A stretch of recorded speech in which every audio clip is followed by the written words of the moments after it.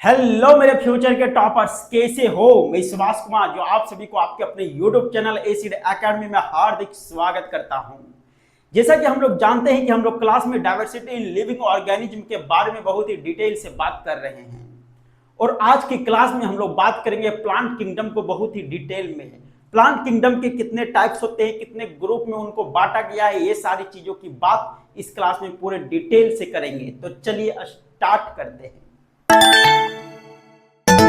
सबसे पहले यदि आप देखते हो तो प्लांट किंगडम को जनरली 3 ग्रुप में बांटा गया है। नंबर 1 क्या है कि थैलोफाइटा, नंबर 2 है ब्रायोफाइटा और नंबर 3 है आपका टेरिडोफाइटा।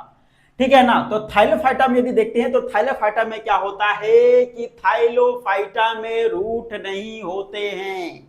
ओके, इसके बाद इसमें स्टेम भी नहीं होते हैं, इसमें लीफ भी नहीं होते हैं। ओके, यानी कहने का मतलब क्या है कि इनका जो बॉडी होता है वह थैलस बॉडी होता है।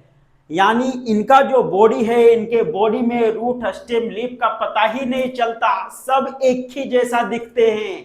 ओके, इसी कारण इनका जो बॉडी है वह कैसा बॉडी है, थैलस बॉडी है। ओके, यह जो रहते हैं कहाँ रहते हैं, पॉन्ड, रिवर, सी या तो मॉइस्ट प्लेस यानी गीली जगहों पे रहते हैं। ओके, आगे यदि देखोगे तो क्या है कि because water and minerals get easily, ठीक है ना, ये जो है पानी वाले जगहों पे क्यों रहते हैं, ताकि यह वहां से क्या कर सके, वाटर और मिनरल को आसानी से प्राप्त कर सके। नेक्स्ट है कि क्लोरोफिल प्रेजेंट, इसमें क्लोरोफिल प्रेजेंट होते हैं, इसी कारण फोटोसिंथेसिस प्रोसेस के द्वारा वह अपने भोजन को प्रिपरेशन करते हैं।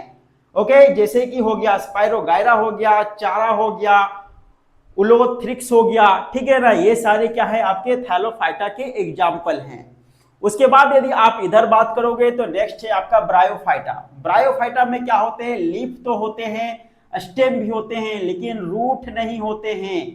ओके, लीफ होते हैं, स्टेम होते हैं, लेकिन रूट नहीं होते हैं। रूट के जगह पे इनके पास होता है राइजोइड। क्या होता है, राइजोइड होता है। ठीक है, यानी यह जो राइजोइड है यह केवल जमीन से पकड़ के रखने में मदद करता है, यह वाटर को धरती से यानी जमीन से खींचता नहीं है, केवल उस पौधे को यानी ब्रायोफाइटा को क्या करता है, उसको जमीन से जोड़ के यानी पकड़ के रखने में हेल्प करता है। ओके, उसके बाद फिर क्या है कि they are called amphibian of the plant kingdom, यानी यह जो ब्रायोफाइटा है, यह ब्रायोफाइटा प्लांट किंगडम का एम्फीबियन कहलाता है।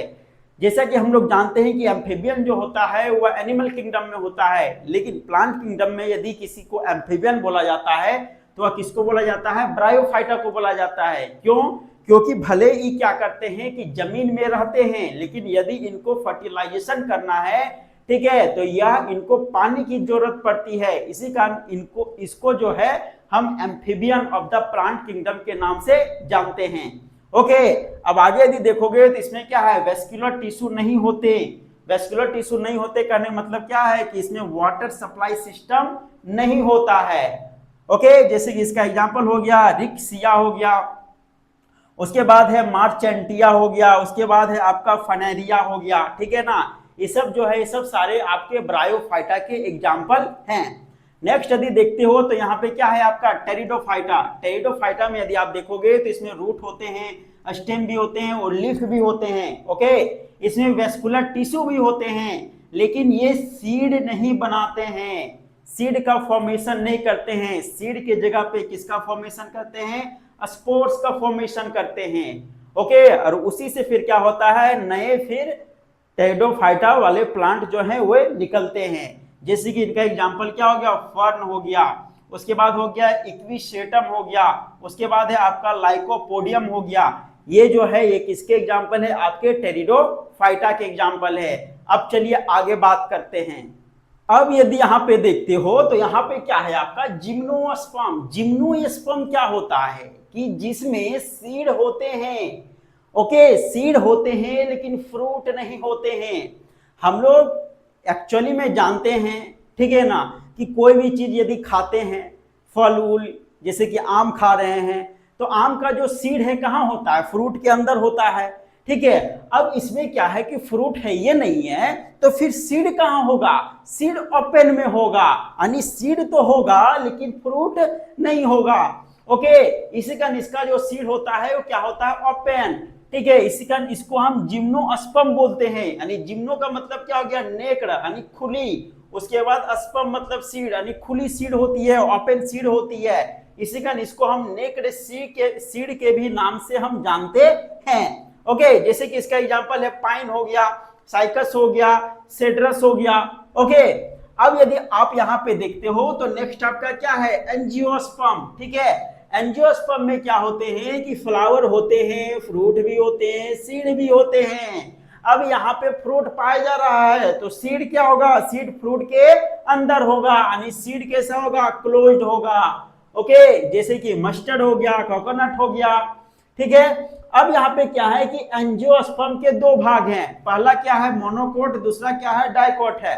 मोनोकोट में क्या होता है, वन कोटिलीडोन होता है। कितने कोटिलीडन होते हैं, वन कोटिलीडन होते हैं। ठीक है, और इसमें क्या होता है कि पैरेलल वेनिशन होते हैं। ठीक है, क्या होता है, पैरेलल वेनिशन।